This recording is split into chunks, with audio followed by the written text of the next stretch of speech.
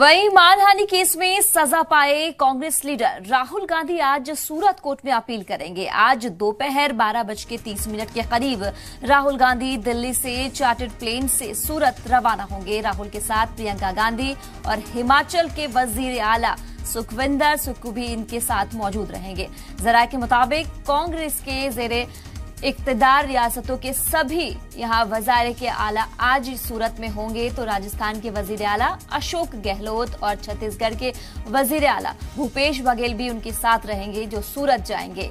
तो जराये के मुताबिक जहां राहुल गांधी के साथ कांग्रेस की जनरल सेक्रेटरी प्रियंका गांधी वाड्रा और कांग्रेस के जेरे इंतजाम रियासतों के वज़ाए आला भी सूरत में मौजूद रहेंगे। तो आज यहाँ पे तमाम जो है कांग्रेस के लीडरान जो है वो राहुल गांधी के साथ मौजूद रहेंगे और वो सूरत के लिए रवाना होंगे 12:30 के आसपास। तो मानहानि केस में सजा पाए कांग्रेस लीडर राहुल गांधी आज सूरत कोर्ट में अपील करेंगे।